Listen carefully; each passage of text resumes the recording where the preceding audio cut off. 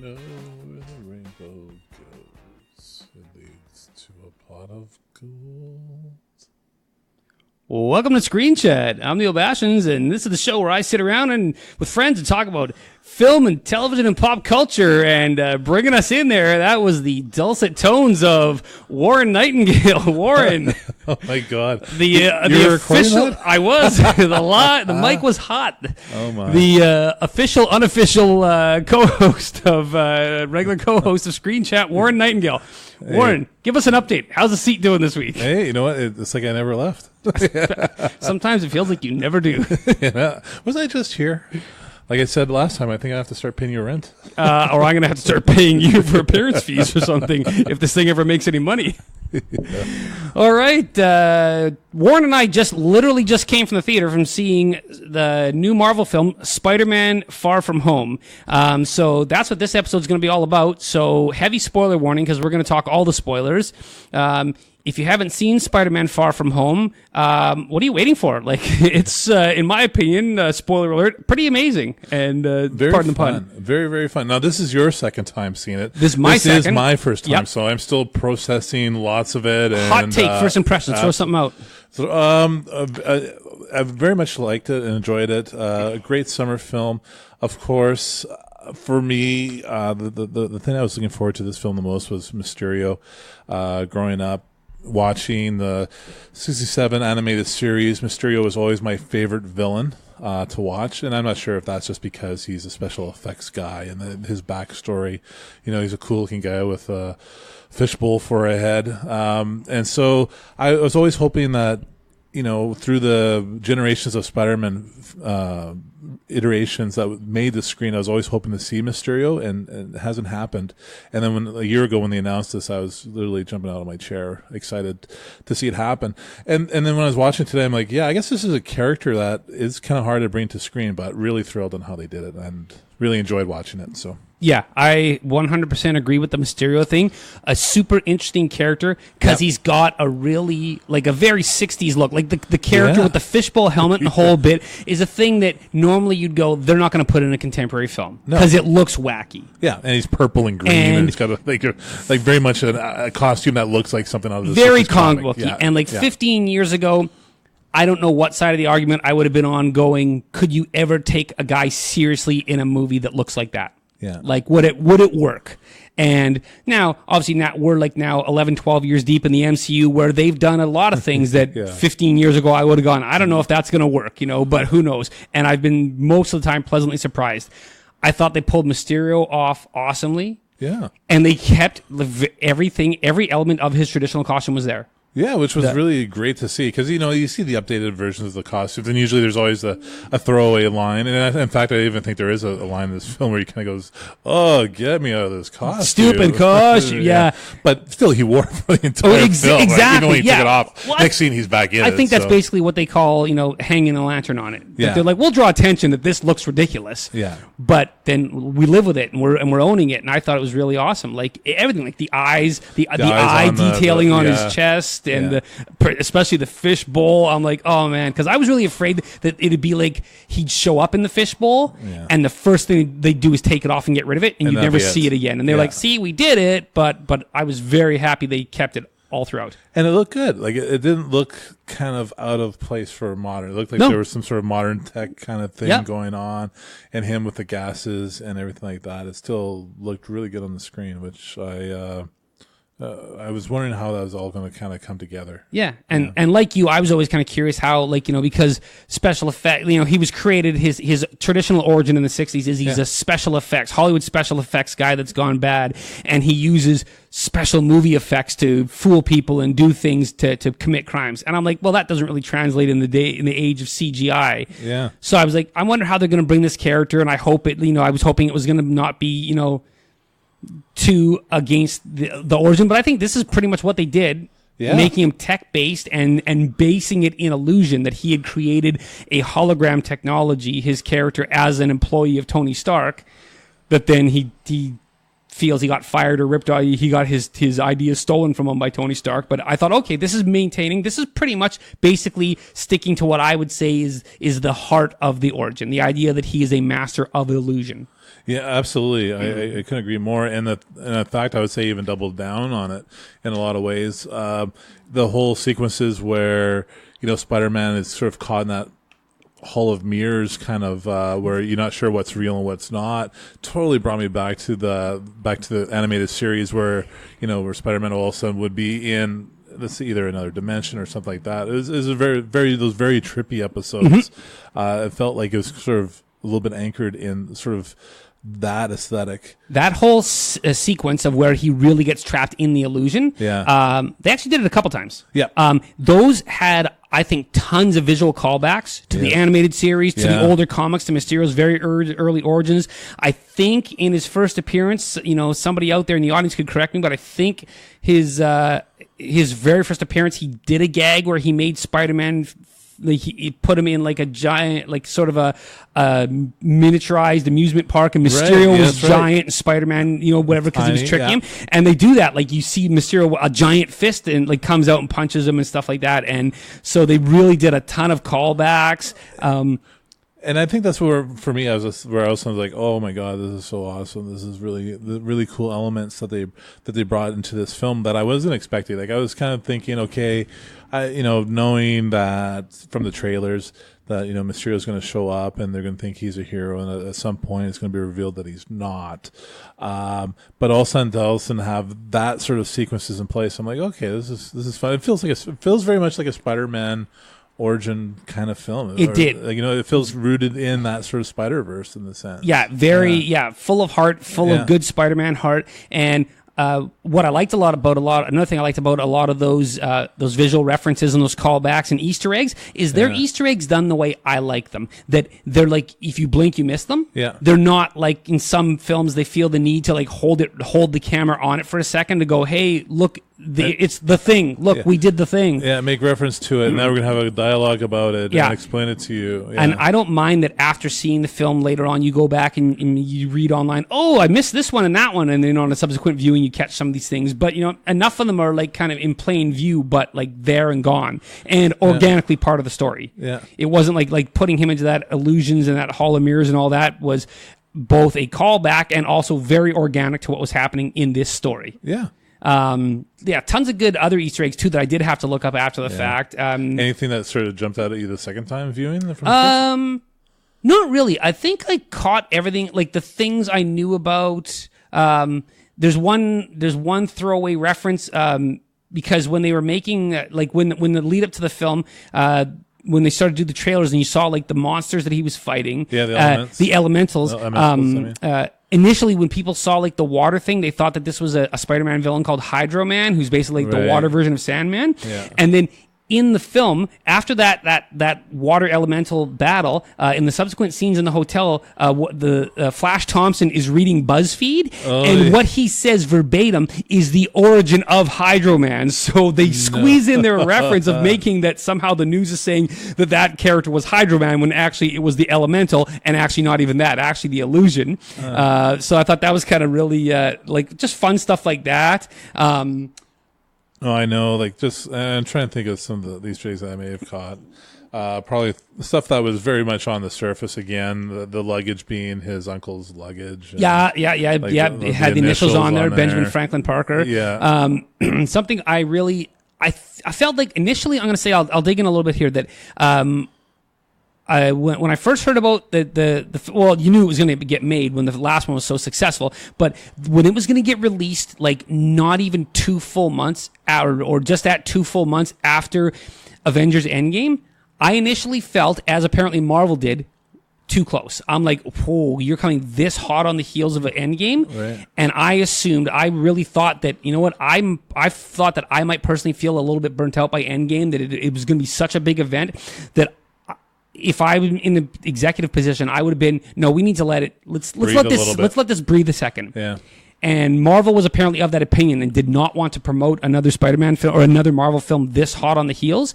But Sony has the control. So Sony can push it and say, no, we're doing it. Yeah, guess what? And I was wrong, that I did not feel burnt out at all this. I felt this was a really perfect, whether how much it was, some of it had to be designed this way, but I felt it was a perfect postscript to Endgame. Yeah. And I just agree. we didn't, and I'm kind of glad we didn't have to wait a long time. Now, after seeing it, I'm like, no, this is good to kind of get an immediate sense of this post Endgame world. Yeah. Sorry, go ahead. Oh yeah, no, I was going to say, it's funny to say that you stirred this way, because originally when I saw the timing of that Spider-Man was going to be this summer, I just assumed it was going to be like a pre-Endgame kind of storyline. I thought they, all of a sudden we'll sort of jump back to right on the heels of Homecoming, and it'll be kind of tied into that sort of even, almost sort of flipping into that little timeline before the whole Endgame piece happened.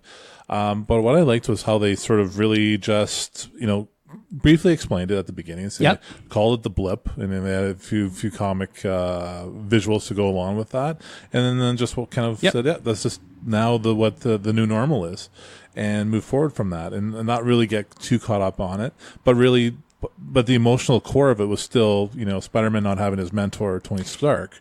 And so Which was the important thing, to focus in on Spider-Man. The emotional context, You could have made a 3-hour movie here. You could Yeah. make a 10-episode Netflix series about the post-blip world and all the different things that are happening. But that's Exactly. not really, Exactly, that's not what this is about, This yeah. focused in on the character. And so, like you said, it addressed those things and moved on and focused on what the real post-Endgame emotional exactly. thing is for Peter Parker, for Spider-Man, Yeah. is his mentor, Tony Stark, is dead. Exactly. And what does that mean to him? And how does he balance his responsibilities with him as, somebody who's still that teenager who comes back even though it's 5 years later? And I thought, I'm going to quickly look up the writer's name here. I thought that writer, now I hit the wrong button. Chris McKenna wrote the screenplay.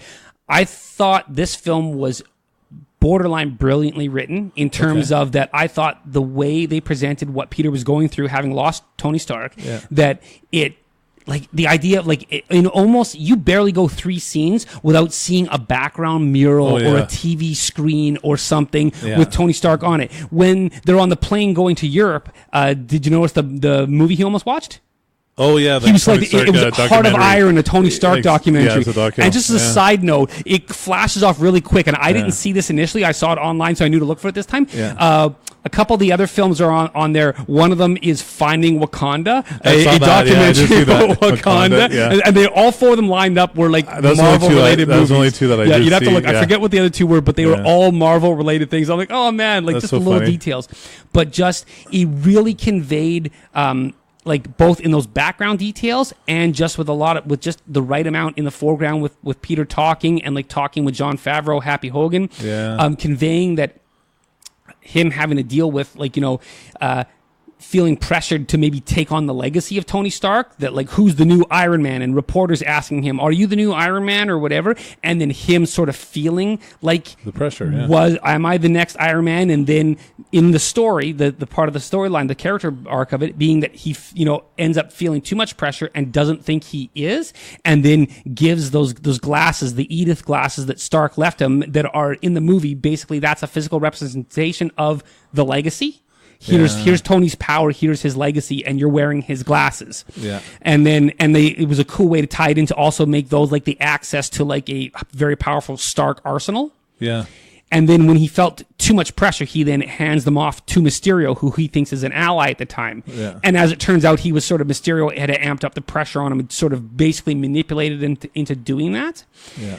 And I thought that was a really cool thing, all those stuff. And then when he gets in the plane with Happy, and like they kind of have their emotional moment, and like Happy gives him a pep talk and says, like, Tony, you were his successor, and he believed in you. And then they did the scene where he's making the new spider suit, which was a full-on callback all the way back to Iron Man 1 and subsequent films of how Tony would always be building armor. And it shows Happy just like, and then Happy moment, says, right? exactly. And then Happy goes, I got the music, and clicks on AC/DC Back in Black, which was also a callback to the very first scene of Iron Man 1. I thought it was not only an entertaining scene in the moment of, oh, cool, he's building a spider suit and we get in the callback, but also really was like, he is taking up the mantle, and that was him now accepting and going, I can handle this pressure and I can do it. And Mr. Stark believed in me, so I will take on literally this legacy. And I think an important element that can't be understated in that is the importance of Happy that character being in that scene for that moment. Now, typically, I haven't always been the biggest fan of seeing the happy character. Like, I like Jon Favreau a lot, and obviously his films and directing the first Iron Man, giving sort of the voice to what was going to become the Marvel Universe.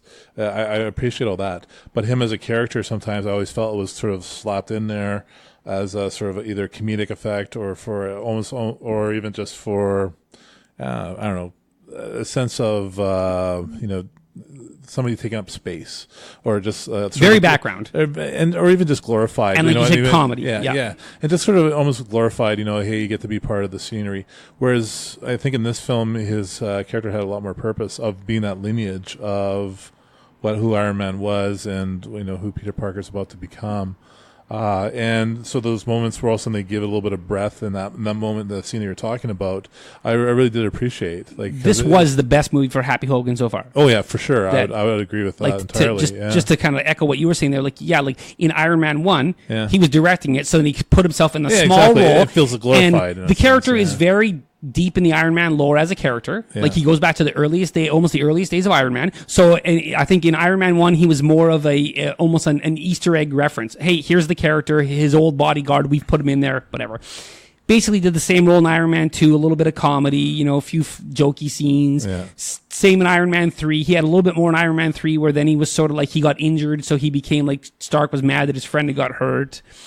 And then he took on a little bit bigger role in Endgame. Not in really a big role, but right at the end of Endgame, kind of at Tony's funeral, and when he was with Tony's little girl. He had a couple emotional scenes there, and I thought he was really, really good there. Like, I was like, oh man, like, it was really good. But and he had a few comedy scenes in the first Spider-Man movie. Yeah, right, with the girl. That was a really nice scene. Again, kind of similar kind of thing. But this film, he really stepped up, and they wrote him as a better character, I thought. And he was sort of like, he was this time the emotional person that Peter would bounce off of in the film. Yeah. But yeah, I really, like, just to keep hitting this, I really loved the way, and I thought it's got layers that, like, not only was he taking on the mantle of Stark, of being the next Iron Man, but taking some of those things, the trope of building the suit, they now gave to Spider-Man for this one thing. I don't want them to keep repeating that, I don't think, but it was kind of cool to see that wasn't a trope of the Iron Man films, Tony building a suit, and now Peter's building a suit. And I thought, okay, this is kind of very cool and symbolic of him taking on Stark's legacy, and also in a broader sense, stepping up to be a hero and going, no, okay, like in the last film, it was kind of like, hey, walk before you run, and he did that sort of, I'm a friendly neighborhood Spider-Man, and I think Stark even said that to him in the first film. That was one of the jokes. Don't save the world. You're a friendly neighborhood Spider-Man for now, And now, but in this being like, no, I do got to step up, and I was ready, and he believed in me that I am ready to step up to a bigger thing, And I thought it was really, like, in that way, that arc was super well constructed on so many levels, and really hit home for me going through the final act of the film. Go ahead. Sorry, go ahead. Oh, and I was just going to throw in really quickly, and one of my favorite gags of the film is the acronym of Edith, of course, even dead on the hero. It's so awesome. Which really still has that Tony Stark kind still of Tony feeling. Stark, yeah. And also on another level that this works too, a very meta level, that with Stark's image always being in the background and Peter feeling pressured and then stepping up to fill the role, and if not literally becoming Iron Man, taking on the role of Iron Man. I think that the character of Spider-Man at this point has basically taken on the role of Iron Man in the larger MCU, that he is probably, if not the only, but he is one of the main focal characters filling that void left by Robert Downey Jr. leaving the franchise now. And probably much to Marvel's chagrin that Sony owns, like, the main character of their universe now. Yeah, which will be interesting to see how that all shakes out now with the way they have their contracts set up. But I think, like, and the film too, like, one of the narratives of the film was the world post Blip and post Endgame, like, moving on without Iron Man. And, like, again, I keep saying about all the images in the background and stuff, but that's also like a meta reference to, like, the Marvel Cinematic Universe of, like, fans really, like, Robert Downey Jr. was the core of this thing. Other people have stepped up. Yeah. Chris Evans as Captain America became a very central figure in it. More recently, Chris Hemsworth's Thor character is sort of hit a chord with audiences and may grow into being a larger character. Yeah. But Iron Man was really the core of that universe. Tony Stark, Robert Downey Jr. was very much the core of that MCU. And now that legacy, I feel, has possibly been handed off to Tom Holland and Spider-Man. Absolutely, and the character itself, of course, Spider-Man being a huge character in Marvel, probably the crown jewel. Yeah, and he was especially before the modern MCU, before the movies popularized what were before B-level heroes. And that was going to be my point exactly to that. What's kind of interesting in all this is that it's sort of taken 10 years to kind of cycle to that point because they don't own the rights to it. Yeah, well, outright. So they gave away all their most valuable commodities in the 80s and the 70s. Yeah. But now, really, Spider-Man is the crown jewel of the Marvel universe. Yeah, it always has been. But so to all of a sudden, for your point being that now Spider-Man gets to take over the mantle, I think in terms of the Marvel Cinematic Universe, that totally would make sense, and then absolutely would moving forward, all of a sudden having another Avengers like Avengers Team 2, in which he's sort of the captain, for lack of a better word, of the point person of that. Yeah, I can see how that's going to roll out. However, how does that work out with Sony though? Like, because I think their agreement with Sony is pretty much coming close to an end now, I think it is. Now I do know that. I'd have to look it up exactly. I'd have to look up all the things, but I think I'm they're getting pretty close to the point of now where they're going to kind of. If memory serves, though, yeah. the person at Sony that was most sort of, I think at times a little bit wanted to flex her muscles and was the, I don't know if they'd say difficult to work with, but the person that was challenging sometimes for Kevin Feige at Marvel to work with was Amy Pascal. Okay. And this was produced by her still. Like her shingle was still on it. It was Pascal Pictures. Yeah. But I think this is the last one. That she is not with Sony anymore. Okay. I think certain deals at Sony, and the Spider-Man one might be one of the ones, she might still contractually have an ongoing input with or connection to. Okay. But she's moved on someplace else and has a big development deal someplace else. But I think her name will probably still be on these. Oh, yeah. But being that she's not in as much direct power at Sony, I think other people there will be the people that Marvel and Disney will have to be dealing with to make it, set a new ongoing deal. Yeah. But I think Sony's got to be. They're not idiots. They struggled for so many years to try to make Spider-Man work, and now it's hitting out of the ballpark. Yeah, exactly. You'd have to be pretty stupid to now tell Marvel to piss off. Guess what? We're going to go on our own now. Yeah. No. Like even if they were keeping Tom Holland and walking away and doing their own thing, clearly it's been with a little bit of helpful input from Kevin Feige and the other people at Marvel that has helped them get on course here. And it really works well how it's situated in the universe. Like I would say for the average film goer who may not be paying attention to who has rights to what, it all sort of syncs well together. So, and also they're able to continue to monetize their Spider-Man investment and their ownership of their licensing ownership of the larger Spider-Man IP, because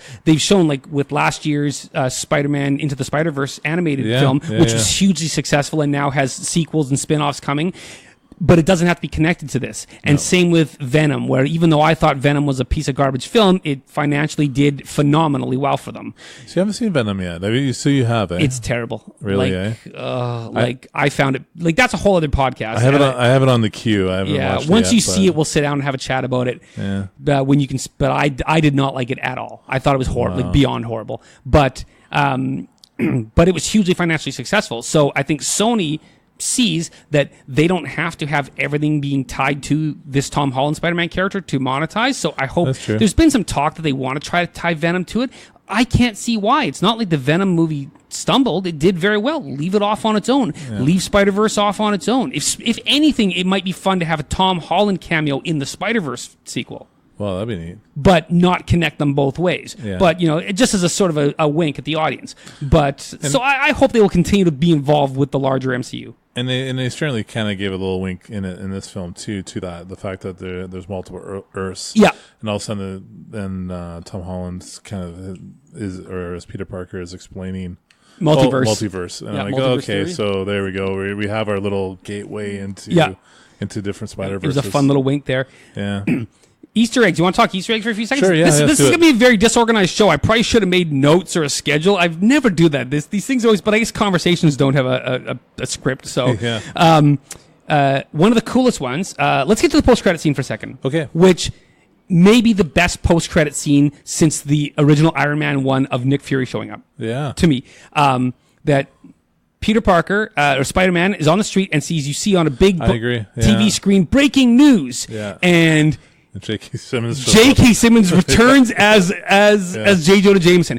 The first time I saw this, I literally applauded in the theater. I was like, yes, this is... And today, I think you heard in the theater today, a lot of people react and went, oh my God, when they realized it and put the pieces together. Yeah. I thought it was fantastic. I thought it's a great evolution of J. Jonah Jameson. And nowadays, print newspapers are not a thing anymore. Like that's a dying thing. Okay, right? hold on. We can talk about that on a whole another time. Not like it would have been in the 60s. They're not. Yeah, true. And I think and so he was recast here as like an internet propaganda or it certainly feels like he would be that sort of personality type. He very much feels like he's like J. Jonah Jameson has been turned into sort of an Alex Jones. Yeah, that's what I got a sense of when I was watching and the Daily Bugle now is thedailybugle.com. Yeah. And it's just a web show and I thought, you know what? This is a great evolution where in the original versions of it, the Daily Bugle was supposed to be a respected, newspaper that just the editor was a dick and had it out for Spider-Man. Yeah. But I think in this modern age, this is a much better fit for a Jonah Jameson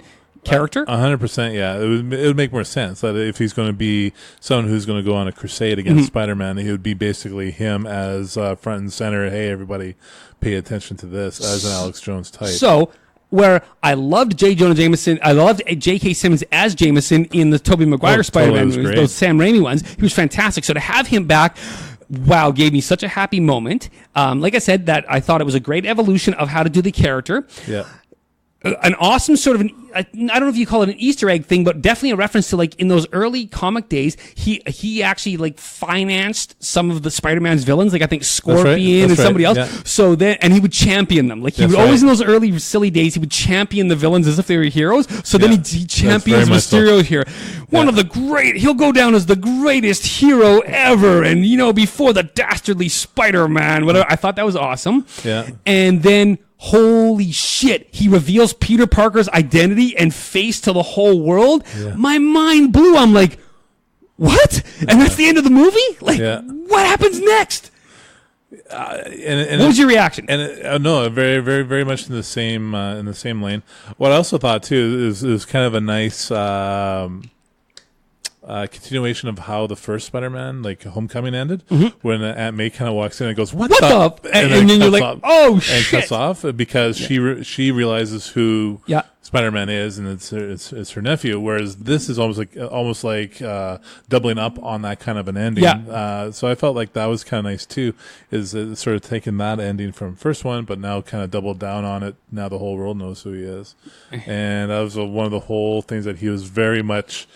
Yeah, his character always has been, very protective of his identity. So that's kind of cool. But it's weird because in the current Marvel Cinematic Universe, secret identities are almost a non-thing. Oh, yeah. And it still also feels like a callback to Iron Man, where he, at the very end goes, oh, yeah, I am Iron Man. Except it's sort of flipped around. Like the last thing we see is an identity reveal, except he's forced out. Yeah. Whereas Tony, outed himself.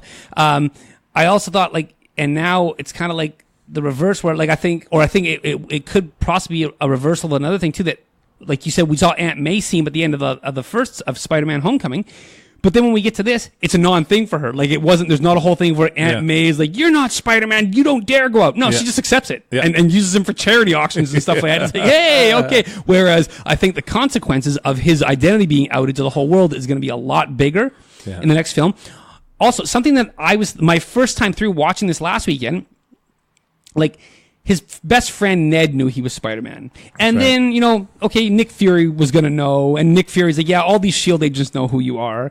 And Mysterio knew who he was. And then Mary Jane figured it out that at one point I'm like, yeah, it's not a very secret identity. They really kind of and then they played into that and they said, yeah, guess what? Everybody knows. Bang, the whole world knows now. I was like, oh man, you hit me right where I was thinking. But so I thought that was really, really well done. And especially J.K. Simmons coming back. I was so jazzed by that. So excited. Well, he nailed the mannerisms of that character so well in the earlier Spider-Man films. So to have anybody come back and do it, to have him actually do it is awesome. And now, because anybody who else would do it, you'd be drawing comparisons. You would be. It was so perfect. It was so pitch perfect. Now, I didn't almost watch any of the last bit of the marketing after the first couple trailers because I was like, no, I'm sold. Yeah. And I didn't read any spoilers, but to my understandings, I don't think anybody knew J.K. Simmons had done this. No. Like they must have smuggled them in in the trunk of a so. car and shot the thing in a blacked out studio somewhere hidden away from the production because nobody knew. Yeah, no. Did you have any awareness before today? None at all. Not at all before I actually seen it at the end. No, not at all. No, it was again pleasantly surprised. I will say this: if there is a drawback, if there's one thing I didn't like, and it's not even in the film, and this is a larger thing too, I didn't like the marketing. Oh, why is that? They gave away too much. Oh, yeah. Like you can show, they don't need, nowadays they want to show 25 trailers and give away so much. Yeah. I think you could have really done, like the trailers were basically pretty good. Just, show the action. We know we're going to have a few giggles. Yeah. I think they wisely changed some of the jokes because they also obviously have alternate takes that I know, like a couple of the funny scenes in the film. I know in the trailers they're different jokes. They play differently. They played like they just straight up they're totally different lines. Yeah. So I'm like, okay, that's cool, that's fine. And in the trailer, and even for not giving away all the action, in the trailer, there's in most of the trailers, there's an action sequence where he's in a restaurant beating up like mafia thugs, and then taking a break. quips with the police. Hey, I'm going on vacation. Yeah, not in the film at all. Yeah, they've held it back, and they said that it's going to be a DVD extra. There's going to be like a thing, and it's like a 5 or 6 minute short as a DVD extra of Peter getting ready, his checklist going to Europe. Because also in the trailers they show a gag where he goes to get his passport and does the alliteration. Here to pick up a passport for Peter Parker, please. And they do that, and they also in the first one, very prominently was a neighborhood bodega he goes to. Oh yeah, you remember that one? I don't remember that one. In the first, he goes and buys a sandwich there, and he talks with the owner, and then it gets blown up, and then he goes and saves the cat and stuff like that. Oh yeah, right. So in the trailer, you see him at that bodega buying like a toothbrush and the two-way headphone adapter that he talks about. Yeah. So that's going to be part of his thing, and that's all that's going to be this little DVD extra short. Oh wow, okay. But I thought that was great. Shoot things to put in the trailer that aren't actually in the film. That was very smart. I do like it when films do that, in a way that doesn't give away the film in a sense. Like, and that's what I'm saying is, let's say if all of a sudden you're going to have like a little short, like Spider-Man's checklist as a trailer, awesome. But if all of a sudden you have like a scene that would take place in the third act that you're not going to actually show, that I don't like. I don't like that, and they didn't do that. Now, where I didn't like in the marketing, where I said they gave away too much, was I think the introduction of Nick Fury. Yeah. Like when Ned gets in the trailers we're clearly going to see Nick Fury's there. Yeah. So even my first time through, when they were walking to that bedroom, I knew. I'm like, oh, here comes the Nick Fury scene. Exactly. And you knew everything that happened. He shot him in the neck when he passes out, and they're doing a thing. They didn't need to give that away. Although the trailer, because from what I remember the trailer anyway, they were playing the Ramones, I Want to Be Sedated. Yeah. Right? Na, na, na, na, na, na, Which is a funny gag. Right. And all of a sudden, they totally cut the music out at that point, which totally works for the trailer. But I do know what you're saying, because in that exact scene, I was seeing the exact same thing. I'm like, oh, hey, I recognize this doorway. Because you wouldn't have known. Like, you'd already seen Fury in the film. Like, he's in the opening teaser. Yeah. So you know he's in there. But, like, it could have been like, oh, boink, he gets him. Oh, my God, he just... And then it was another Nick Fury line. I thought they gave away one of the funniest lines of the film of when Peter's like, I don't think I want to be involved in this. And Nick Fury says, bitch, please, you've been to space. I thought that was a huge, funny line, but they'd already burned it in the trailer. Yeah. So when I saw it in the theater, I saw it, and I was like, that's a great line. And that would have killed. Like, that would have been a fall out of my chair moment if I hadn't already heard the joke 5 times because I've seen the trailer. And to be honest, like, when it comes to I know the filmmakers have no input on what gets cut into the trailer, but and I know, but in this day and age, I think you don't even need the trailer, to be honest. No, a lot of these things don't, and could use a much less revealing trailers for a lot of them. And we talked a bit about this lead up to Endgame, about what possible trailers that you could have, and one of the things we talked about then was even just having the symbol of Iron Man's symbol, and just doing it as like almost like a cut promo for an upcoming event. You don't even have to show scenes of it. And same with Homecoming. You can get away with teasers. You can get away with like little shots, little shorts, things like that. Like I would also say that one line where Happy says, "Okay, everyone, hey, get in Get in the plane. Get in the plane. Well, who are you? I work with Spider-Man. You work for Spider-Man? Which was a giggle for me when I saw the trailer. Exactly. And the same thing. Exactly. And I think if I'd seen that for the first time in the theater, it would have been another bust a gut fucking laugh. Like, you work for Spider-Man? No, I work with Spider-Man, not for him. I thought that was awesome. Yeah. And so, when you see too much, then it's kind of like, oh, man. Yeah. And usually it's a sign when you see too much in the trailer that, oh, my God, this might not be a film I want to see. Mm-hmm. Whereas with any of the Marvel films, the audience is going to come out in droves to see these films. They are. That they don't need to give away as much, and they don't need to be so afraid of fans demanding more and more trailers. Yeah. But that's going to hit. I'm going to tangent there a little bit too, because you said that in that line of you work for Spider-Man was Flash Thompson. I'm going to say again, I really love this version of Flash Thompson. I really liked him in the first film, and I continue here where they've evolved him from the traditional bully, like a jock that bullies people, to like he's just a rich kid, like he's a wealthy kid, and very outgoing, so he bullies Peter, who tends to be like shyer. And I'm going to quickly. Tony Revolori. That's right. Tony Revolori. Okay, Revolori. Tony Revolori. Okay, I've mispronounced him. I butchered it. I apologize. But I find what they've done with the character of Flash Thompson very awesome. And I think this kid or young man, he nails it. Like, he really takes what they've given him and runs with it. Because I love this character. He's so funny, such a dick, that guy you love to hate. Yeah. But at the same token, you don't actually want to see him get killed because he's just too funny to have around. And in both films, they give him some good lines. They give him some good moments in which, he's actually kind of funny. And this time around, it's him going, oh, yeah, he's great, but he's no Spider-Man. Exactly. And then it turns over to Peter Parker. Hey, what's up, Dickwad? It's it's a little bit on the nose, but I really love it and think it works the way that Flash Thompson is a huge fan and proponent of Spider-Man, but constantly never misses an opportunity to take a shot at Peter Parker. I thought it was really good. Man. So much fun. I'm trying to think some of the other stuff. I thought the action was really fantastic. Yeah. Like, and visually, like, we talked already about, like, the illusion, the Mysterio sequence, I thought was really well done. But a lot of times in these movies with so many things going on, it can sort of be hard sometimes to keep track. I reference back to Iron Man 2 in the climax when Iron Man and War Machine are fighting all those drones, those flying drones. At sometimes, I've recently sort of rewatched it, whatever, just out of boredom, and you kind of get lost sometimes.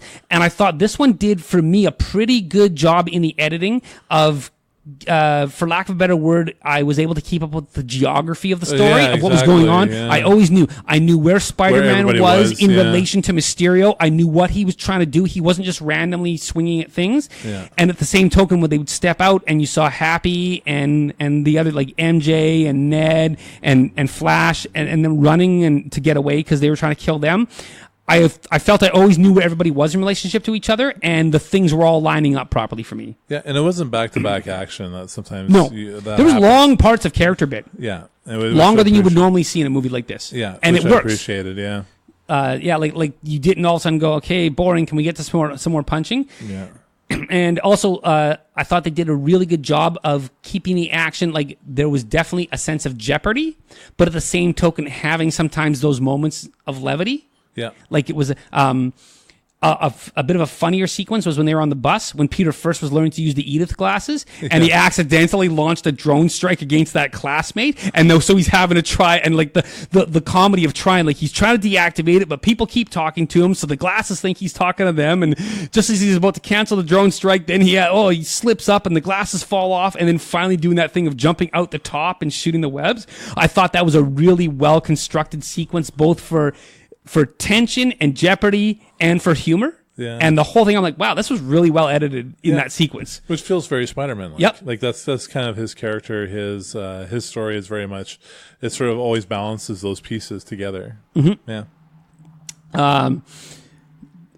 Another fantastic scene that I'm going to reference is, and with a lesser actor, this scene could have fallen down, and I feel that the film, this is one of 2 or 3 scenes it hinges on, is the Mysterio reveal. Oh, yeah. After they battle one of the monsters, which ends up being an illusion, Mysterio says to Peter, come on, let's go for a drink, and they go to a bar and whatever, and he's giving him a pep talk, and that's when he sort of like, does and you can see him manipulating. They're not like, but Peter gets manipulated into giving the Edith glasses and all that power over to Mysterio, and then Peter leaves, and the bar's revealed to be mainly holograms, and then you see, and it's a very monologue-y scene. It's like you would throw this back to like a Bond villain exposition monologue, other than usually you'd have the hero there tied up as they tell their plan to them. Yeah. But it totally worked. And I thought that Jake Gyllenhaal really killed it. Throughout the film as Mysterio, I really enjoyed him. I did too. Because this could have very easily been a too over-the-top villain. Yeah. Even just by a different actor. This exact same writing with an actor maybe not as talented as Gyllenhaal. This could have kind of been a little too hammy. Yeah. But he really walked that line of hamming it. A toast! And he has that big thing saying on the bar, and to Tony, and to... Because there is some... Janice. Exactly. Yeah. There is some really... Like, it is right at the line of being too over the top, but perfectly works. And I was like, man, I had a lot of fun watching that scene.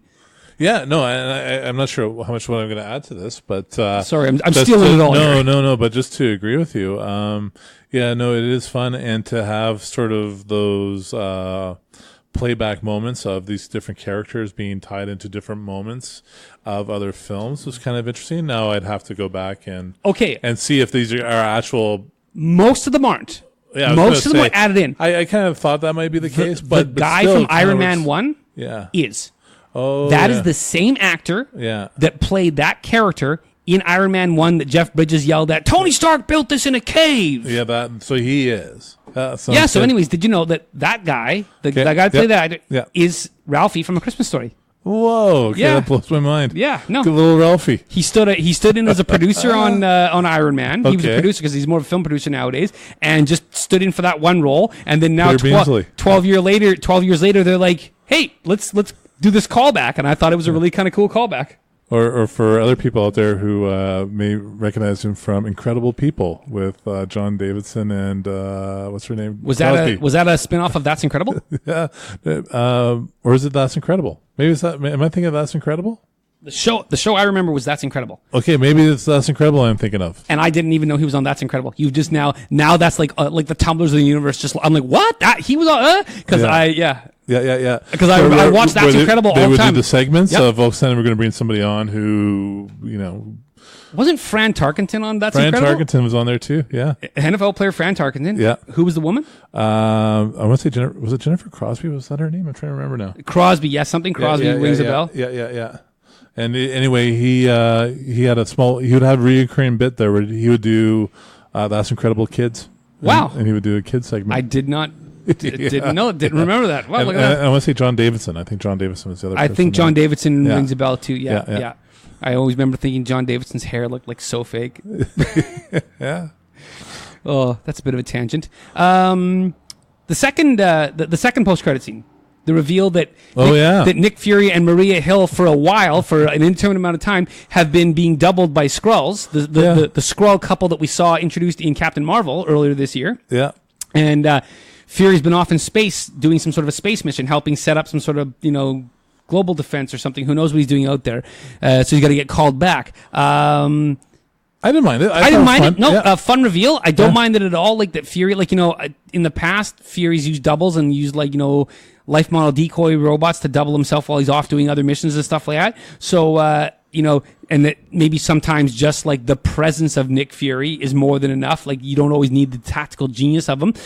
So no, I thought that was pretty cool. I did not catch the first time. The first time it hit me and washed right over me. They telegraphed it on purpose a little bit that was going to happen. Well, how so? Late in the film, at one of the times when Fury and Maria Hill are driving in a car, and we cut into the middle of a conversation, and he's saying, I thought Kree sleeper cells were supposed to be top secret.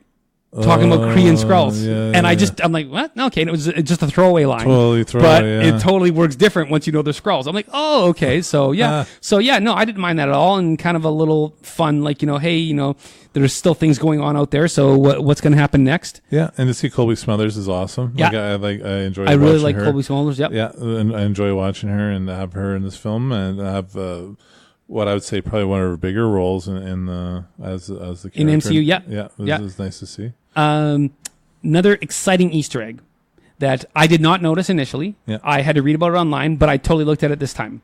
This is sort of a whole twofer. The whole post-credit scene and the very end of the film, or sort of the very last scene of when he's swinging with MJ, and then they cut to credits and then they cut back. Right. That last bit was very rife with a few Easter eggs. One, you know when Peter swung through that sort of atrium?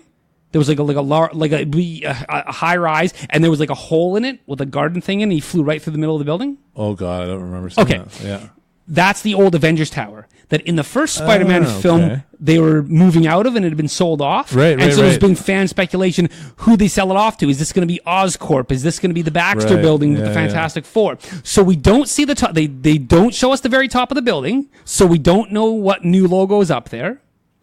But Peter lands down where he's meeting Mary Jane is right in front of that building. So when he lands on the ground, he's talking to Mary Jane in the background very prominently for a long period of time. The ground floor is still somewhat under construction. So there'd be those construction barriers that you'd see around buildings with signs on them. Right. And what is on those barriers is the numbers 1, 2, 3 circled, each one circled with like a 1, ... 2 circled, ... 3 ... and the next arrow says, and the sign says, we're really excited to show you what comes next. So a lot of the speculation is that since the Fantastic Four logo is a number 4 with a circle around it, and here we go. Some people are going, well, this means Marvel Phase 4 because this was the final film of what they call Phase 3. Okay. But I think that's a little too deep cut that I don't think most casual people pay attention to that Marvel's calling these different phases of films, and I'd be hard pressed to tell you which films fall into which phase. Right, of course, it's more of an internal thing that leaked out. So I tend to lean towards thinking this is an Easter egg nod for Fantastic Four. Awesome. Also, to build on that, so I think that's the Baxter build. I think for one, that's going to be the Baxter building. Wow. For 2, I think them doing those circled numbers is basically saying, hey, we're about to introduce the Fantastic Four and tell you they're coming. Wow. San Diego Comic-Con is in a week. Yeah. For the first time in three years, I think it is, Marvel's back at Comic-Con. They're coming back to San Diego. Even though they do all their stuff at D24. That's right, yeah. Marvel MCU has a presence this year and is doing a panel at San Diego, even though they have no more movies coming out the rest of the year. Oh, boy. So they're going to have some pretty big reveals. Yeah. So basically it's going to be, they're kind of like giving a more, the speculation has been this is going to be, they were going to come out and give a more like maybe a bit of a detailed thing of what they've got in store for their next round of films, which will include like, Thor being with the Guardians of the Galaxy, when we can expect that and this and the other thing. Captain Marvel. What's up next there. And their big surprise is going to be dropping and we're doing Fantastic Four. Wow. So I thought that was if that's what that Easter egg is, and it's for something because it's very prominently on screen for a good period of time in that scene. Oh, I did not catch that. Yeah, well, it's in the background. You have to sort of know to look for it or be very sharp-eyed. I didn't see it the first time, but I saw the pictures online, and then when I watched this time, I'm like, okay, let's see how blink and you miss it is. It's not blink and you miss it. It's right in the background for a good long period of time. Oh, very so I'm cool. like, they are very clearly saying, guess what's coming next? And I'm like, oh man. So now I'm very excited. So I thought that was a very awesome, fun Easter egg thing to get speculation going, knowing that people are going to pick up on this and start to talk. Again, brilliant in there. That's brilliant in film marketing for, now you're not only watching this one, now you can't wait to talk about the next one. So I'm kind of excited. Plus, Spider-Man has a long history of Fantastic Four. Yes, that's right. Yeah. So I would love to see a Fantastic Four movie, but I'd also love to see them team up at some point. Yeah. Yeah, absolutely. Maybe, and that can even be like the second Fantastic Four film is a team up with Spider-Man. It would be really awesome. Yeah, or just him cameo, like even just post-credit cameos and stuff like that in each other's films. More Easter eggs that I would never have caught. You have to look at still frames to see them. Okay. And you have to be a deeper cut, smarter comic nerd than me to figure them out. But this director, what's the director's name? You want to pull up the director's name for me? You got it right there on your screen, I think. Yeah, John Watts. John Watts. He loves putting in a lot of deep cut Easter eggs, I guess, because there's a lot of vehicle license plates that are comic book references. Yeah. And what they are is comic numbers. Like there's a bunch of ones that are ASM, Amazing Spider-Man, and then a number, and the number... Which would be an issue number? The numbers correlate to issue numbers and sometimes year numbers in terms of things that happen. Like in the background or somewhere in the scene where they're fighting the water thing, there's a license plate that's a reference to Hydro Man. Okay. And one of the ones that I thought was really clever, and I had to look it up or read it online to see it, but I did notice it today knowing about it, is when Spider-Man gets to Germany and Nick Fury picks him up. Yeah, so like the Nick Fury would relate to the Nick Fury comic. The license plate is MTU and a number, and that's referencing Marvel Team Up. And an issue number. And Marvel Team Up for a long time was Spider-Man and another character, and that issue number is Spider-Man and Nick Fury. And I'm like, hey, like that's fun. That's cool. Stuff that 99% of the audience is not going to get, but they go to the trouble of making that a detail on the screen. I'm like, that's pretty fun. And for the people who do get it, they'll be like, right on. That's pretty fun. Like, it kind of becomes they literally become Easter egg hunts. Like, how many of them can you find and check, and who figured this one out? And I think that kind of shit is fun. I do. I agree with that too. Especially since films like this has a lot of rewatchability. Like, you could watch it again and again. So to have also a little checklist of things that you can, take a look for is kind of fun. Or, hey, did you check out this? Hey, did you see that? Absolutely. Yeah. I'm gonna put a pin in rewatchability for a second, because this just popped in my head, and I'm all over the place today. We probably should have mentioned this earlier. I would say I really liked what they did with Mysterio in here, because I think they even tripped me up a couple times with how he's always nothing is what it appears. Everything's an illusion, and they do so many times here where there's like 3 layers deep of illusion. Like when Nick Fury picked up Spider-Man, that wasn't actually Nick Fury, and they go into that what they think is like some kind of a Interpol national whatever Europol headquarters, and it's actually like this abandoned building. And then all of a sudden Nick Fury gets shot, and everything else in the room vanishes, but Fury stays there. So Spider-Man buys, and I bought in the moment that Fury had been shot, and I thought, well, he's not going to be dead, but he did get shot. And then that led into the first, nightmare or hologram illusion sequence. And then at the end comes out, and then Fury comes back, and shoots Mysterio and subdues him and says, don't worry, I was prepared. I had a bulletproof vest. So who'd you tell about the thing? And then when he tells him, he starts laughing at him, and now that's actually Mysterio in disguise as Fury. I thought that was awesome. And then it doubled down again in the in the finale when Mysterio was laying on the ground dying, and then all of a sudden Spider-Man... boom, grabs out of nowhere next to him, invisible, is actually Mysterio and tried to shoot him in the head. I'm like, oh, nice. And then it plants the seed in your head. Is that Mysterio really dead? Or was that also? Could he come back? Another illusion. It's his assistant that gets the download and puts out that fake news story, edits it out the sequence, so you hear Spider-Man saying execute them all, but I don't necessarily think he's going to come back, but they've absolutely, I don't 100% go, I think this Jake Gyllenhaal character's dead. Well, and here's the thing, the characters now from Homecoming and Mysterio, you can almost put together a Sinister Six, you could. Add Craven into the mix, and guess what? You're off to the races. And so will he be back? I'd say let's chase that. What do you think happens next? Where to from here? Well, just even ending. There's no way we can even guess. I would love to see Craven too.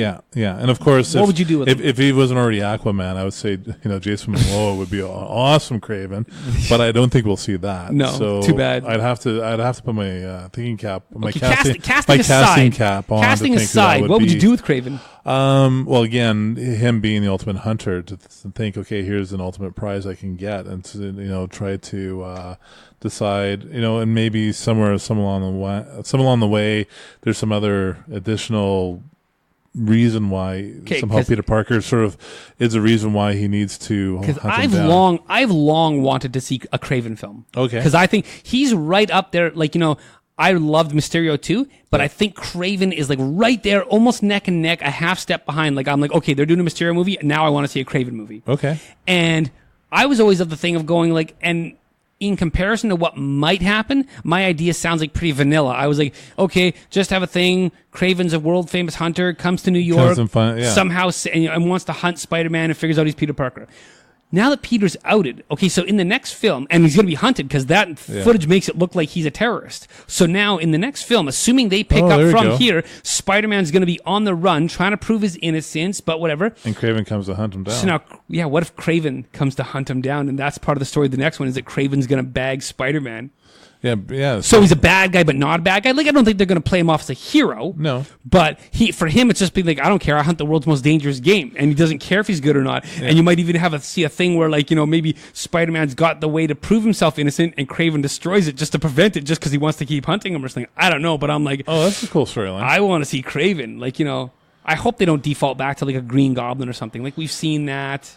Yeah, and again, the lineup that they've had so far. And adding Mysterio into the mix, you pretty much have almost a full card Sinister Six. And so part of me keeps on thinking that that's kind of what they're setting up for in the future. A couple more down the road? Yeah, exactly. Yeah. I don't, and I've always been resistant to a Sinister Six thing because, I'm like, how would you ever write? Like, in the comics, it kind of works out. But I'm like, what story? Screen time? To me, well, for one, screen time. And now you're starting to put a whole bunch of big actors. Like, Michael Keaton's the Vulture. And Jake Gyllenhaal's the Mysterio. And if you cast somebody decent for Craven, and by the time you get Dr. Octopus and whatever, now, for one, screen time for who's the main bad guy of that film. Well, yeah. Who's going to put them together, right? Two, what's your budget for all these high-end Oscar-winning, Oscar-nominated actors to now come in? Yeah. How do they not overshadow Tom Holland?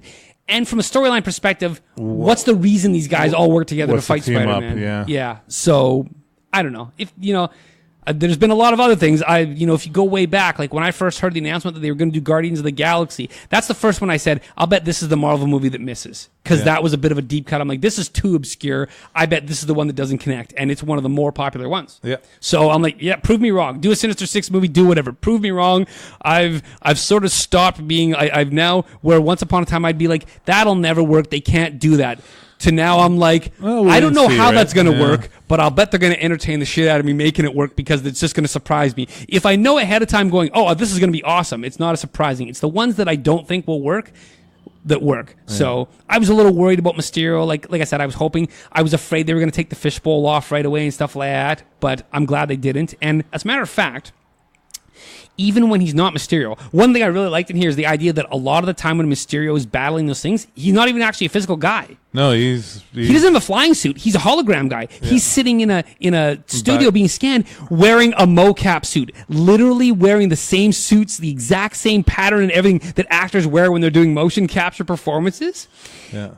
But then he's got that dome that he's wearing. It's like a heads-up display for all of his tech, and he's controlling the illusions and like running the thing. But it's also the fishbowl, which is kind of a nice. I thought that was awesome. They're like, we're not even going to shy away from this one bit. We're going to lean into this. That we're going to actually have multiple versions of that imagery of that fishbowl over his head. And I'm like, well played. Like, yep. Don't lean away from stuff. Don't shy away. Lean into it. Yeah, and it works. It totally works. Yeah. Yeah. No, I agree 100% on that. Yeah. What else? What's throw out something? I've been monopolizing and stepping all over you. I feel no. Well, you've had the benefit of having a second watch, right? Yeah, I did get the second thing. But. So things like Easter eggs and stuff that's going on in the background. I would not be able to. I'd have to give it another look to see. Let's take it more speculation. Oh, sorry. Go ahead. No, go ahead. I was going to say let's take speculation. We talked about rewatchability a few minutes ago. Yeah. I think it's highly rewatchable. Just for shits and giggles, just on your first impression, obviously, these always change. Just off the top of your head right now, tentatively, where would you put this in terms of the Marvel films? In terms of, where do you group it with the ones you've liked versus, ranking it? Much as you can't rank art, but... I know. I definitely a top third. I'd hover right around the other Spider-Man. Mm-hmm. Maybe Homecoming, I would give it just a little bit more, I'd have to almost watch it again, but somewhere I would say definitely top third. Mm-hmm. Yeah. How about for yourself? Stats against Homecoming, I would basically say neck and neck. Yeah. I watched Homecoming about a month ago again. It had popped up on the Netflix. it's like equally entertaining. Initially, like because I've seen this one so freshly, if I'd have to watch them both back to back to really compare. I think this one moves a little better for me. Oh, yeah? That I think after a couple watchings, I don't know. I've had 2 watchings, and I've had about 4 or 5 of Homecoming, and I think there are 1 or 2 slow spots of Homecoming, not bad, but where it's like they go into the character stuff. Where here it felt more. I don't know. I could be wrong. It could just because I haven't seen as many times. Right. I liked that the villain was not just a carbon copy again, where Vulture was very different motivations and was a little more sinister and a little more menacing. Yeah, and I understood Vulture where he's coming from. Yeah. Here's a cat who, he's trying to clean up things and he's getting, put upon once again. So he's just like, well, you know what? In this world, if this is what it's going to be, I'm going to evolve to this next stage of I like that they do overall with all the Marvel films in general, but now just specifically in these 2 Sony Spider-Man films here. I think they've done a good job of it can be different things at different times. And where, like you said with Vulture felt very much like, okay, we're going to take a very real world situation, a guy losing his job, those things. And what if you then had this comic book technology and gave it to this guy? And what would a real world person do? Where in contrast, Mysterio, I think, is a couple shades more towards, like I said earlier, very comic booky, almost over the top, but they did a perfect job of walking the line, and I thought really fantastic. So they're 2 very different villains, yet both very effective, and I bought them both. I thought both 2 great actors, Michael Keaton and Jake Gyllenhaal, so they both had great chemistry with Tom Holland. Yeah. So it's like neck and neck right now, just because it's fresher, and maybe because of the J.K. Simmons of it. I think if I had to pick the 2 of them, I'd go, this had my favorite moment. Oh, really? Because I almost think like that J.K. Simmons moment for me was probably like, if you pick a singular moment, not how it relates to the overall film at all, but just one singular thing that you go, this was my favorite singular thing of this film, seeing J.K. Simmons back as J. Jonah Jameson really tickled me. But I'm a huge mark for J.K. Simmons. And I would say like this one right now I slot it kind of like for rewatchability with Thor Ragnarok, where I find it so fun. Like I've rewatched Thor Ragnarok probably a dozen times. Yeah, easily. Yeah. Now after the first 5 times, not always start to finish. No, I can turn on Thor and watch 25 minutes of it, watch 10 minutes of it, and watch my favorite part, and then go to work and come the next day, maybe watch another chunk of it. And I think after about 3 or 4 times, I think when this comes on home video, I'll be able to watch parts of it. Far From Home, watch 10 minutes of it. I'll watch the bus scene. Yeah. I'll watch this next part. I'll watch whatever. So yeah, like you, I would say like in the top third, this is like, it might even end up being like one of my top 5 Marvel films. Wow. Yeah. Really? But I thought it was really, really well done. And I'm struggling to find even, like I was looking the second time going, I was going to try to be a little more critical for the purpose of the podcast. I'm like, I'm going to try to see if I can find a plot hole. Right. So there was a couple going in on like things I didn't quite remember from the first. I'm like, okay, I don't quite remember what happened, so I'm going to see, because I know this happens. I wonder if they resolve this. And the 2 or 3 things now, I'm trying to remember what they were, but no, they resolved them. I couldn't all of a sudden remember what happened at the end, if Peter got back to Edith's glasses or not, or if that just ended up being a dropped MacGuffin. And I'm like I knew Mysterio had got them from him and then accessed them and plugged them into the internet. Right. And then I was trying to remember, and I couldn't remember in the moment as we were watching how Peter ended up stopping everything. Right. Like I thought, did he just grab Mysterio and take his, suit from him? And then all of a sudden, in the moment, no, Mysterio had the glasses with him, and Peter used those to stop everything at the end. I'm like, oh no, okay, they tied that up. It wasn't just a dropped thing. He got those back. There was another one I was trying to remember that if they tied up a loose end, but no, they tied it up, and I'm like, okay, I didn't find any plot holes on second watching. Nice. Did you notice anything, or is anything? No, the only thing I would say generally. Do you have any drawbacks to it, or anything at all? I'd have to give it another watch in order to really flesh this out or not.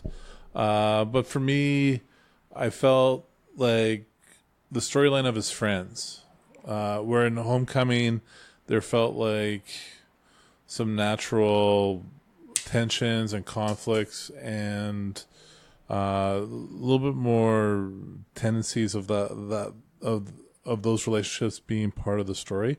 Wherein this felt more as sort of a sidebar, okay, well, their friends are in peril, or he really wants to. Part of why he doesn't really want to take on ownership of being a superhero is because he'd just like some downtime with MJ.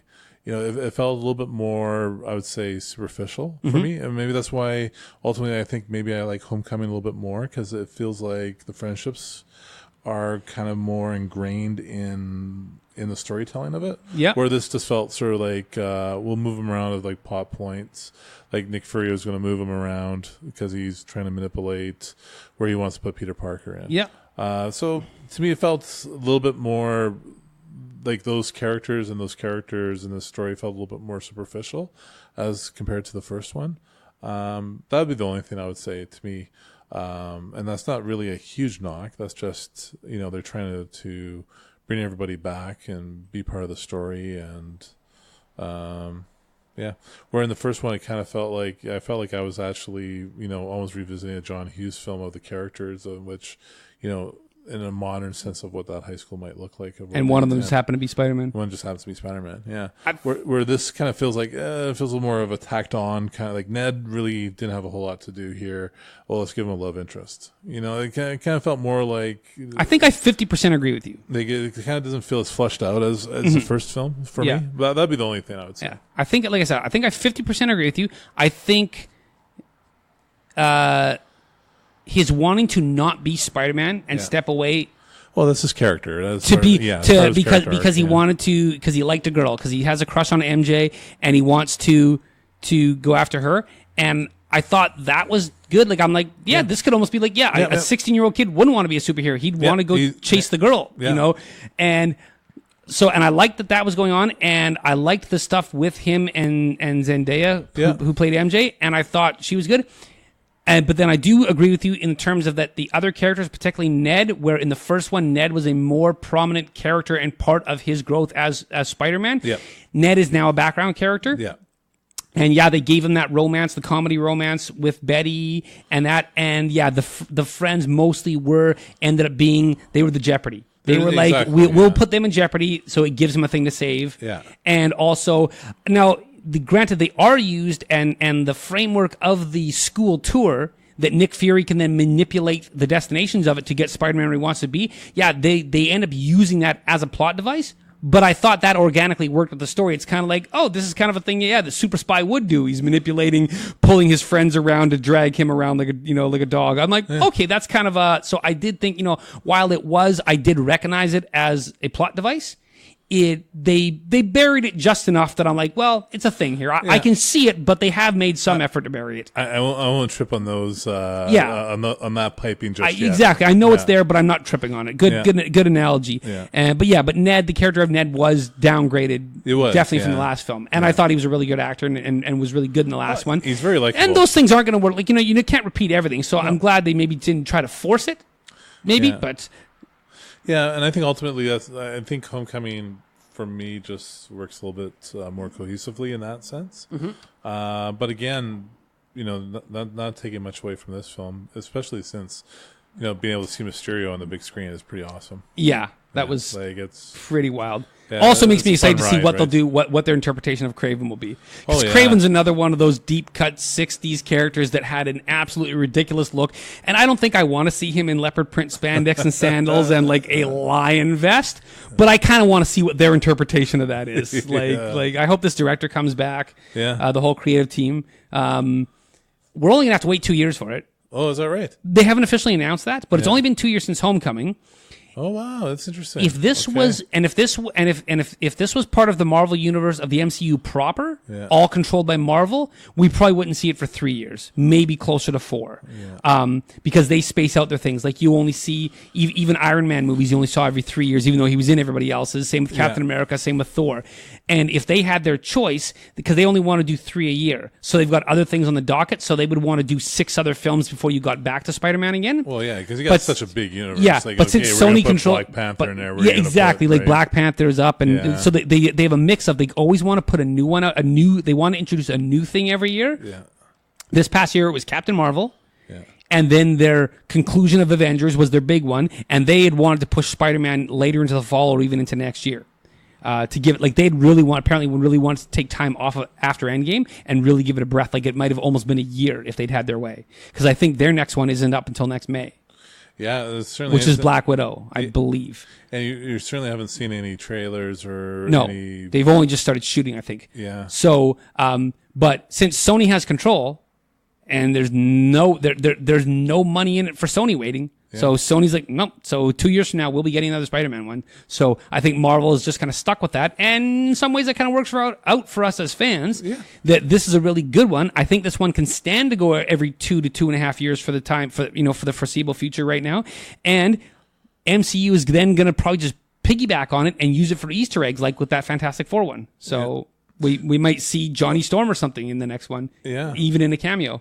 And Spider-Man has such a rich breadth of material to draw from that you could easily be putting them out every 2 years and not run out of storylines or really cool elements of his suit or run out of villains, because he has quite a rich history of all kinds of. An element of the suit that was missing this time is they didn't have the AI. Oh yeah, they didn't have last time. He had Karen. He called it Karen and whatever. Yeah. And they did have Edith. I guess I'm wrong. They did have that. So that would probably part of the suit. It was part. It was a thing. It was kind of cool. I was thinking about it when I was watching it. Is at the very beginning, and the same was certainly true of Mysterio's bowl. Is they didn't struggle to put on a mask or it was almost like it has its own. Well, for Mysterio, it was holograph, but the first suit when he was doing like the fundraisers, it does that Iron Man thing where it goes on and off, which I really like. Actually, I'm kind of like, okay, that really works well now. Like because part of the problem sometimes with some of the older superhero films is okay, are they going to be in a mask or not mask? When they're in a mask, are they going to take the mask off? And it doesn't look clumsy in a way, or also it doesn't look like a movie prop, where this, for me, this works out well. Yeah. Speaking of suits, yeah. So we've said Craven. Yep. Okay, we already talked Craven.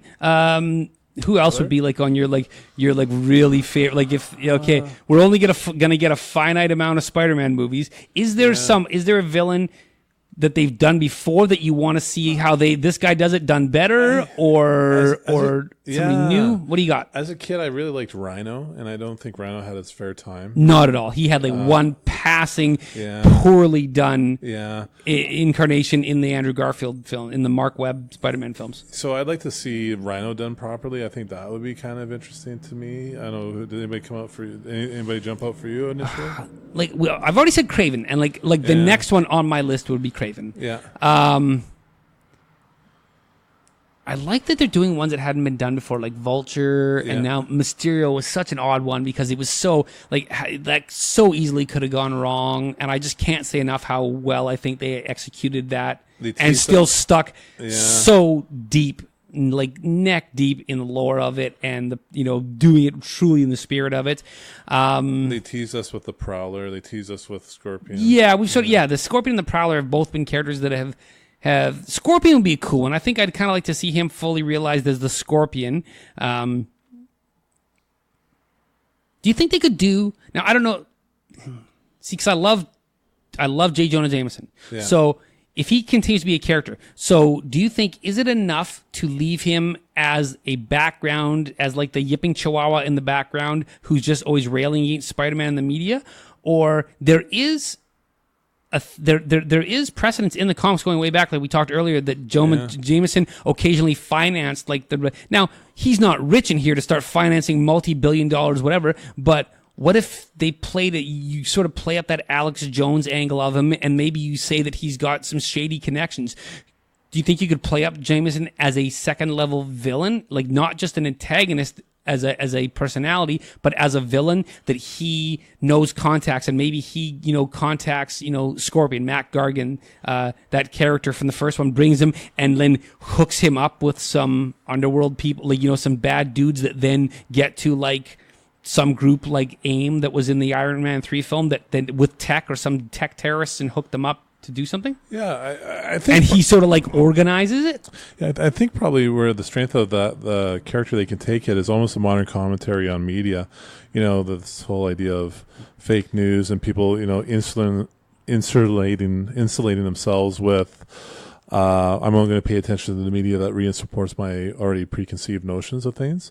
I think, you know, bringing that character can really kind of emphasize how, you know, you can really make a commentary on what media exists in this day and age, or the influence of social media on our understanding of getting information.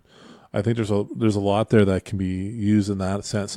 And so I like that. And maybe I would say maybe not so much as like a particular villain that has to fall, but maybe being, and maybe not quite the chatterbox in the background, but maybe a media manipulator in a sense to say, oh, wait a minute, this is kind of how social media works nowadays, right? It's the fact that it can almost be a little bit of a mirror of what media. What if like say if Craven is in the next one? So Craven is the physical villain, right? That he has to fight. He hunts him, and that's who he has to physically overcome in the film.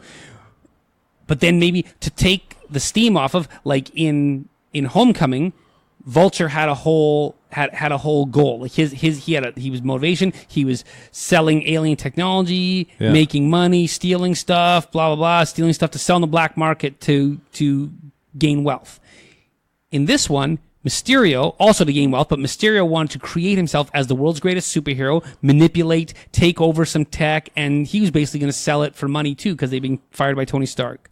Now, if Kraven's motivation, hypothetically, would be a little bit more simplistic, that he just wants to hunt Spider-Man, is then J. Jonah Jameson make a good second villain in the film, but not a physical thing that has to be overcome, just doing exactly what you said, and fueling being a bit of a spin doctor. Yeah, and being like Spider-Man's arch nemesis in the media, and not even doesn't even get defeated at the end of this. No, you know, no. like Spider-Man clears himself maybe by the end of this film, by the end of the next film, that he's not that was a faked video. I don't know if you know, I don't know if the audience would buy it that you somehow find a way to trick the world back into thinking Peter Parker isn't Spider-Man. Because that would never work. Like I wouldn't want to buy that, I don't think, because then if you tried that, there's no way you'd ever talk me out of thinking there wouldn't be people forever following him, trying to prove him, you know, that he is. But at the very least, he could clear his name, and then at the end of that film, Jameson is still like, I know you're still a menace, wall crawler, and I'm still gonna whatever. So maybe he could get his comeuppance in another later film. Yeah. But I like your idea because it gets J.K. Simmons more in the movie, not in the background, and also doing what he does best, talking. I don't want to see, you know, J.K. Simmons in a bionic suit fighting. I just want to see him acting and being a slightly toned down version of himself from Whiplash. Exactly. Just being a real asshole, but funny. Yeah. And I think he could be that sort of that you know, that voice of just unrelentless criticism, you know, that of course as Peter Parker matures into becoming a Spider-Man, you know, that any kind of self-doubt is fueled by what you know he brings to the table, and just that, you know, is he going to do it for the absolute right reasons? There's, you know, this is just one more pressure of the world of, you know, are you going to do the right thing even when everyone thinks you're the villain? I think that'd be interesting. Yeah. Something popped in my brain. I was trying to remember it earlier, and it suddenly just popped back in my brain. What did you think of how they basically not introduced but brought to the forefront in this film his spider sense? You know, I love because I think it was the Peter Tingle. I think it was completely ignored and not addressed at all in Homecoming. I'm trying to remember. Only sort of peripherally, like when he appeared in Spider-Man or in Infinity War, Avengers Infinity. At the end, at one point in Infinity War, his arms on his hair, the hair on his arms went up. Yeah. To show that he had sent something. And that's basically all they've done with it to this point. Yeah, and right before he disappears, he says, wait, I don't feel so good. And I don't know if that was a reference to it or not. I got the sense that he felt it before everybody else did, and maybe that's just me reading into it. I know I liked it. I liked it a lot. And I liked the fact that, you know, at the very end when he does grab the gun, when it's invisible, I'm like, but whoa, of course. You know, he's dialing in, and maybe that's him, maturing as this character, he's going to have more and more learning of that. to use his power. Yeah, exactly. And understanding that maybe before he would have these Intuition. sense, but didn't really know how to. And now he's learned. He focuses on it. Yeah. But I really loved it. Was like Chekhov's Tingle, where they introduced it like they right out of the gate almost. Yeah. May threw a banana at him, and you can dodge bullets, but not this, and your Peter Tingle's not working. And they played it up as a laugh and whatever, and said he's got this thing. I've got this thing. I've just never tuned it in. And then Happy says to him like, yeah, you. Get your Peter Tingle online. You better start focusing on it. And then right at the climax, he's put back in that illusion again. Mysterio's like, oh, you're in my illusion now. You can't see what's real. And he just closes his eyes and fights by instinct with the spider sense. And then he opens his eyes back up, but he's basically, I can sense the things. And he did the whole thing. I'm like, oh, that's awesome. Like they teased it and then made it a key component of how he defeats Mysterio at the end. And I was like, okay, that's really cool. And didn't get overly hung up on how are we physically going to, on screen, represent what his spider sense is. You don't really, I don't think there's any physical visual representation of it. No, it's not like all of a sudden, you have like some sort his of eyes glow or whatever, yeah. but no. Yeah. So I thought that was really kind of cool and well done and addressed what some fans had griped about, that they had sort of ignored the spider sense. Yeah. And I guess in all this, too, what's great is for Mysterio, because at the end of the day, Mysterio doesn't have a whole lot of bag of tricks. Like, he has a lot of bag of tricks, I should say, but not really in terms of anything that's going to... He doesn't have a big nuke head that's going to be able to take over the world, or a power that's really going to be a one knockout punch. Being that he is actually literally just a normal person. Exactly. Like, so for him to also get Tony Stark's technology is a pretty big deal. And so to balance that out with, Peter being able to defeat him just because he can counteract the illusion with his instincts. It's kind of a neat storyline, I guess. Ultimately, yeah. And I think they overall did a really good job of making it believable that even though if Spider-Man got his hands on him, he could just rip his arms off. Yeah. But they still built Mysterio up as a credible, believable threat to Spider-Man that you believed he could beat him. Yeah. Because he's tricking him, he's outsmarting him and playing on all of Peter's insecurities and his inexperience and stuff. So, yeah, it makes me want to wish I had a panel of Spider-Man beating up Mysterio on the wall. Hanging on the wall. I'm sure they exist. Yeah, one of those great old ones. Yeah, I love that old timey art, like the Jack Kirby art and stuff like that. Yeah, yeah. A couple of years ago, Neil and I were at a Comic-Con where we were looking at that art, and I was just like, damn. Yeah. It's one of those things that you look back going, damn, I wish I should have picked it. Should have bought one of those. Yeah. Way before Mysterio was ever talked about hitting the big screen. That would have been nice to have up on the wall, that one. Yeah. Yeah. Anyways, any final thoughts, throwaways on this? Just I think, what's kind of nice for me is of course, with each Marvel character, they sort of have their own tone and, feel to the films. And I think the Spider-Mans have taken the right turn towards capturing the right tone in a way that it feels true to certainly of the 67 animated series, the comics. Like, it really does honor it very well. Like Sam Raimi's version of it, I really enjoyed. I really enjoyed the epic special effects nature of them, and they were a lot of fun, excluding the third one, of course.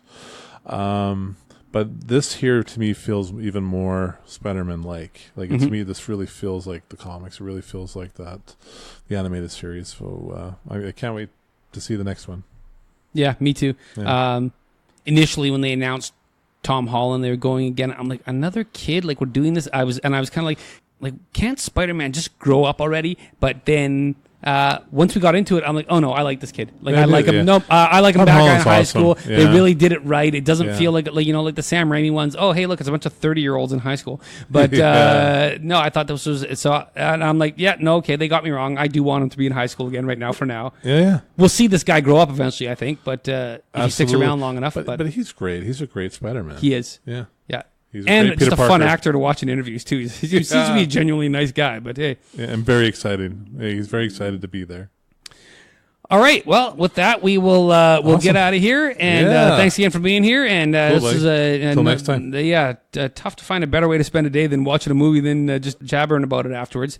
So until next time, I don't have a sign off. Keep my seat warm. Keep warm and seat warm, true believers.